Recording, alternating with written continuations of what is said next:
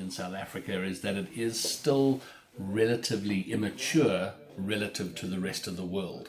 And I think that's a function of it being quite small, and small communities tend to be a bit insular, like they get very, no one really wants to share or grow. You just want to protect your tiny little piece of pie. But it is growing, and I think it's slowly discovering itself and moving from what you've described as chilling in the basement or chilling at a friend's house or computer class, where it was a lot more socially driven, even though it was fiercely competitive.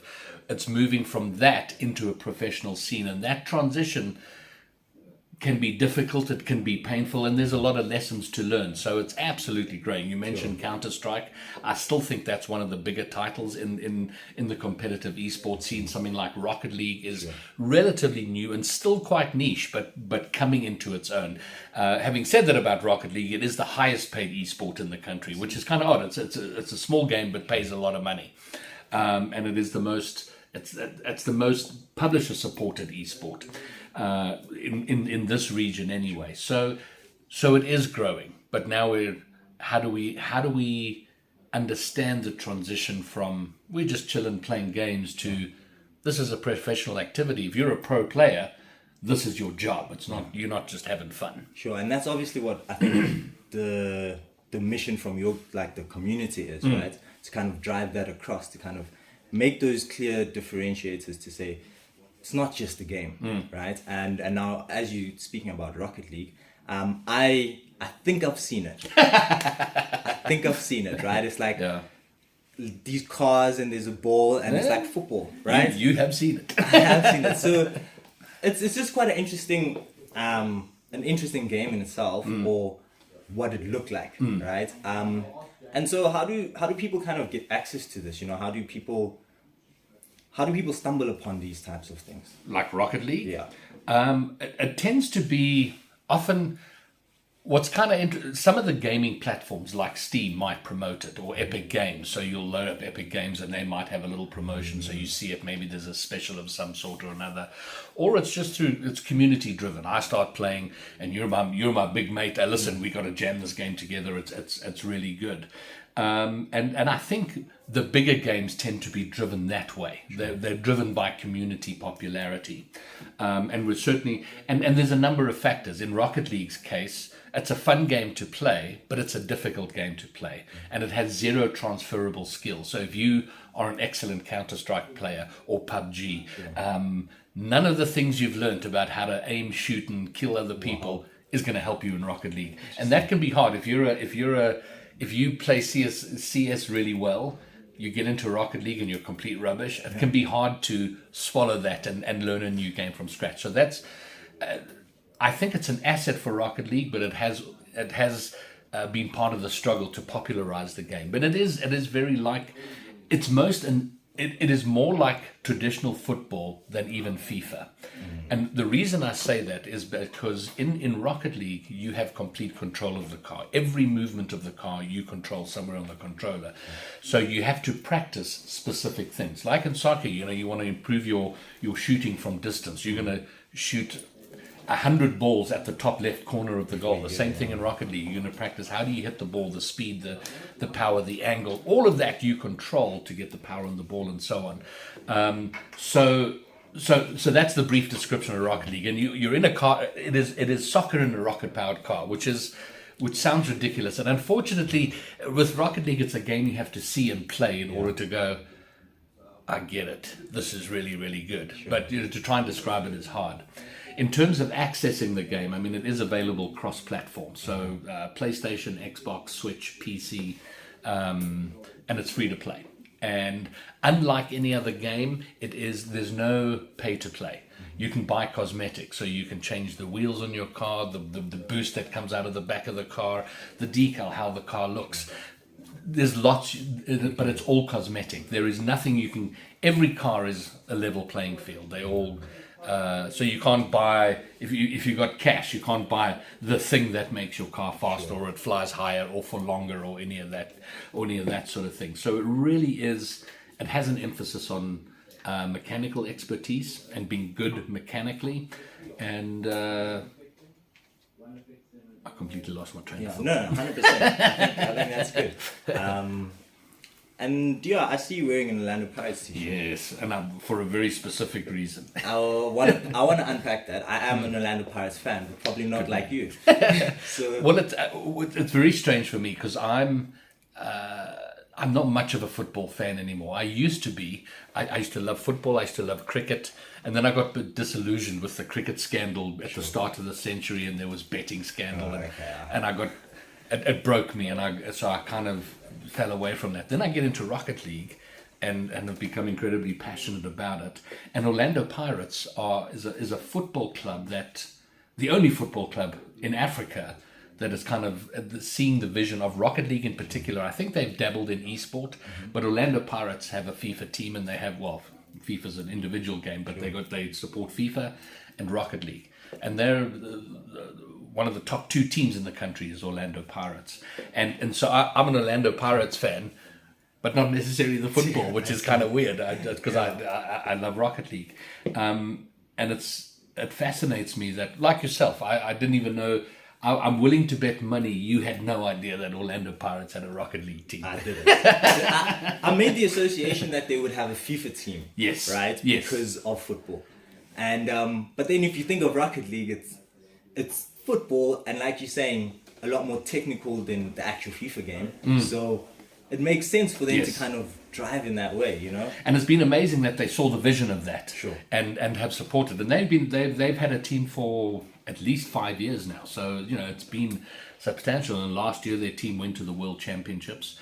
In terms of skill, the Sub-Saharan African region we've got a lot of catching up to do to the global skill level. So we went there, we got kind of smacked around, but we were there and we represented. So yeah, and I'm hoping to coax Orlando Pirates into getting more involved broadly to help promote the game, get more people involved, take it into schools. But the fact that they've had this team for so long and they continue to support it is amazing. Yeah, it's interesting.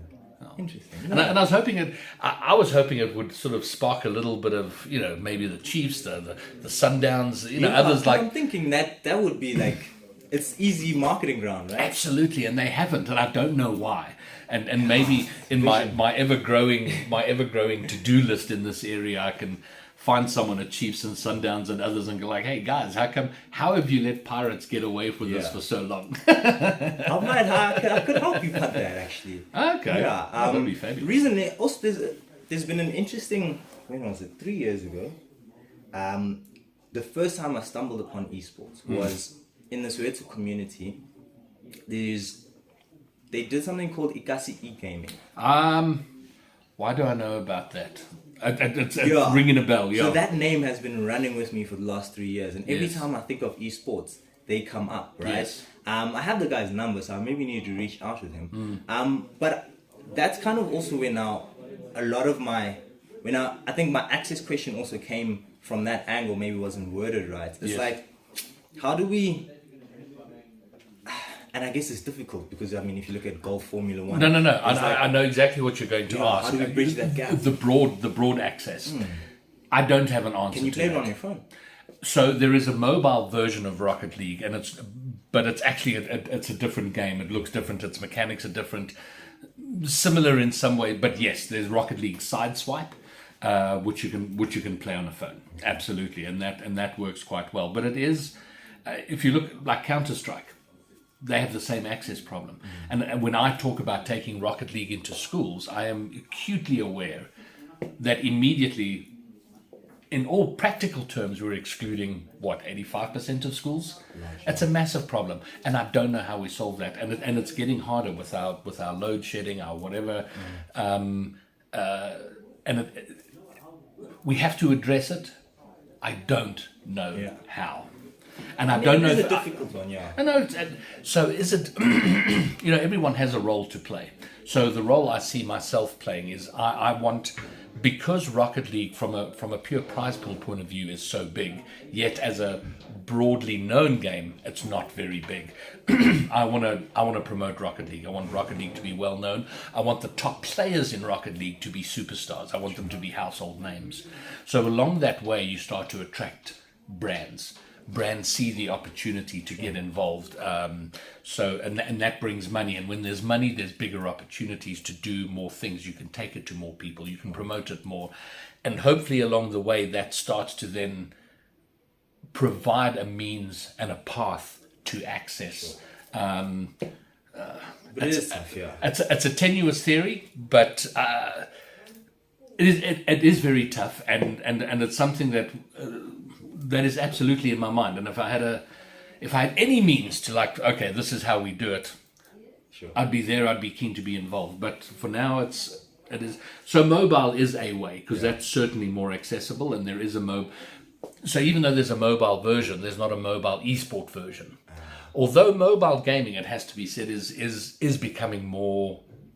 Mobile esport is becoming bigger. I mean, the Olympics have just irritated the entire esports community, because they've said, "Oh, we're going to have esports in the Olympics," and they've chosen the most obscure, ridiculous games. But they do include a couple of mobile games, I see. so you can go and get a gold medal in whatever the game is that they've chosen. Sure. So those opportunities will increase, no doubt. And I think that's probably ultimately going to be far easier to do than, okay, how do we get 12 million PlayStations out into the community, or Xboxes, or PCs? That's a really tough job. But most have figured out a way to get a smartphone, and they're probably generally easier to get into people's hands than those consoles. Yeah.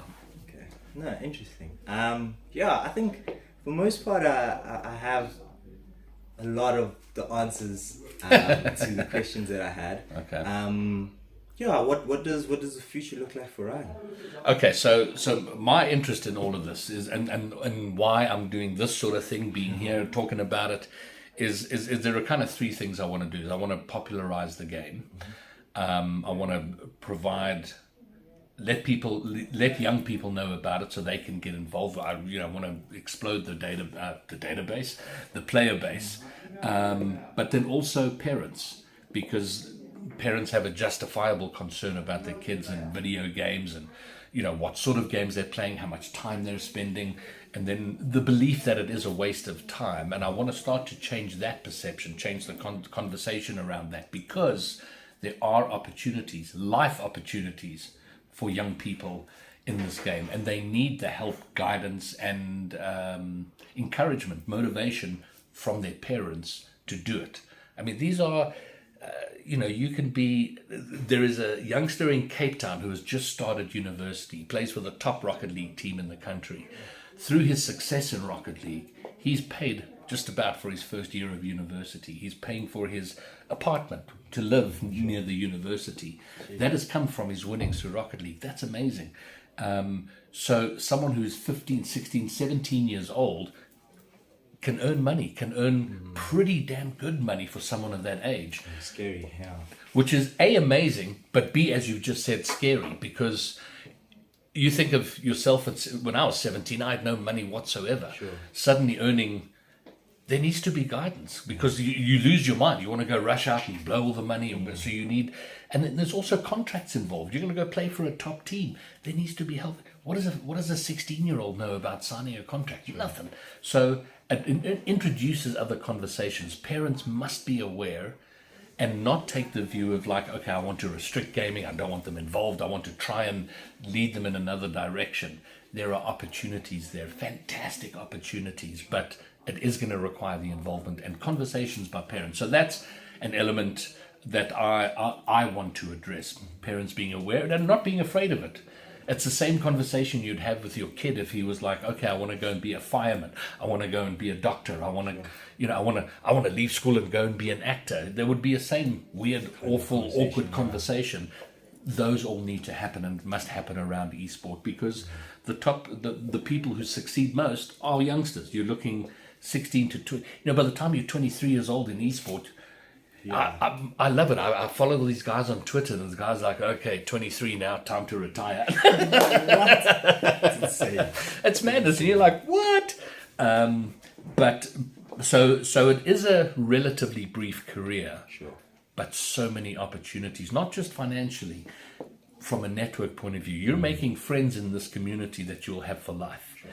and those will extend out into whatever you do after competing.